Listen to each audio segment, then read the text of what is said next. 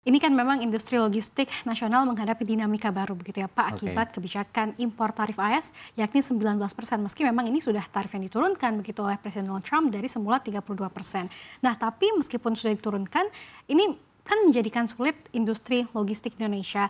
Bagaimana Anda melihat dampak kebijakan ini terhadap kinerja logistik nasional secara umum? Oh, sebetulnya kan kalau tarif 19% ini kan belum diimplementasikan. Nanti pengaruhnya baru kita lihat setelah itu diimplementasikan. Dan itu pun masih panjang tentunya ada negosiasi dan lain sebagainya. Kalau kemarin kan G2G, nanti B2B-nya yang akan bekerja untuk merealisasikan itu kan. Mungkin kalau kita lihat ya kan, orang-orang kita masih tidak melihat secara keseluruhan bahwa tarif kita itu sebetulnya walaupun masih tinggi 19%, itu masih lebih baik daripada negara-negara Asia yang lainnya. Di negara Asia yang lainnya itu kita salah satu yang terendah tarifnya dibanding mereka.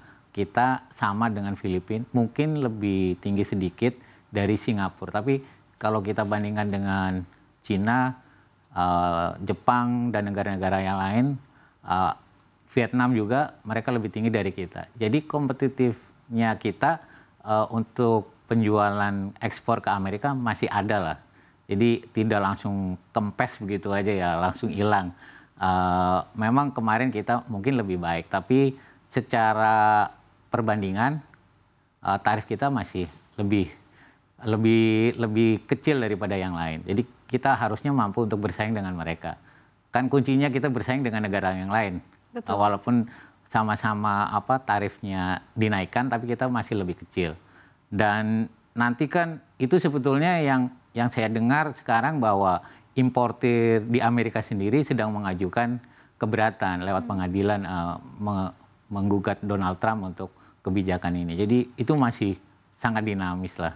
Kita nggak tahu nanti dinamikanya 2 atau 3 bulan lagi. Baik, saya setuju sekali. Memang kita cenderung masih kecil begitu ya di antara negara-negara lain, terutama di Asia Tenggara. Tapi dengan begitu, apakah seperti yang Bapak sampaikan tadi daya saing kita masih ada dalam artian apakah kita masih bisa meraih keuntungan?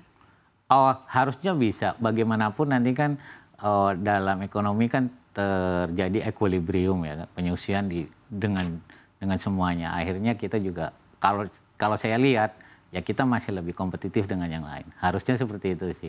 Apalagi dengan Cina yang mereka ditarifin 32%, walaupun harga mereka mungkin lebih murah dengan selisih yang lumayan, kita juga bisa lebih kompetitif. Harusnya sih seperti itu. Baik, kita memang masih bisa lebih kompetitif begitu ya. Lalu bagaimana sih Pak Wahyu kebijakan tarif baru ini memberikan peluang bagi Logistik Plus untuk memperkuat layanan logistik baik internasional ataupun nasional atau justru menjadi tantangan baru? Sejauh ini sih dari dulu juga kan ada kenaikan, penurunan dan lain sebagainya, dinamika seperti itu sering terjadi. Ya kita siap membantu klien-klien kita baik di Indonesia maupun di Amerika untuk tetap mengerjakan perdagangan mereka untuk saling ekspor dan impor antara kedua negara itu. Jadi harusnya sih ya kalau kita mau lebih berhati-hati dan memikirkan banyak hal masih bisa kita kerjakan. Oke, berarti so far mungkin masih stabil saja begitu ya kemungkinannya. Pada akhirnya nanti akan stabil dan semuanya sama. Oke, lalu bagaimana Pak mengantisipasi dari risiko geopolitik dan juga fluktuasi biaya logistik internasional yang bisa tentunya mempengaruhi kontrak ekspor dan juga impor?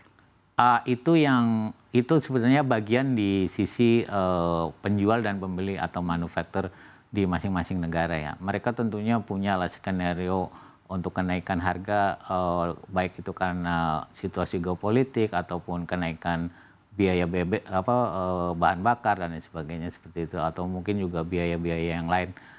Harusnya mereka sudah antisipasi dari awal sih. Memang tarif ini cukup mengejutkan, tapi kita juga harus melihat celahnya yang lain. Berarti dengan celah maksudnya ada peluang lain ada juga. Ada peluang lain yang bisa kita lihat bahwa dulu mungkin kita malahan hampir sama tarifnya dengan Cina, dengan Jepang, tapi kita sekarang kan berbeda. Mereka 32, kita 19, seperti itu. Baik, dari peluang ini apakah mungkin kita lebih diminati nantinya Pak dibandingkan mungkin dengan produk-produk China yang lebih mahal? Ada kemungkinan malah mereka dari China ataupun negara lain, Korea dan Jepang akan mengalihkan ke produksinya di kita supaya kalau kita istilahnya kalau ekspor itu ada sertifikat of originnya dari Indonesia dan memang itu diproduksi, di-assembling di Indonesia dan itu akan mengikuti tarif yang berlaku. Jadi bukan transshipment lagi. Ya okay. itu juga itu akan menguntungkan kita juga. Oke, baik, karena jadinya diekspornya ke sini begitu, diimpornya ke sini. Diimpornya dari Indonesia.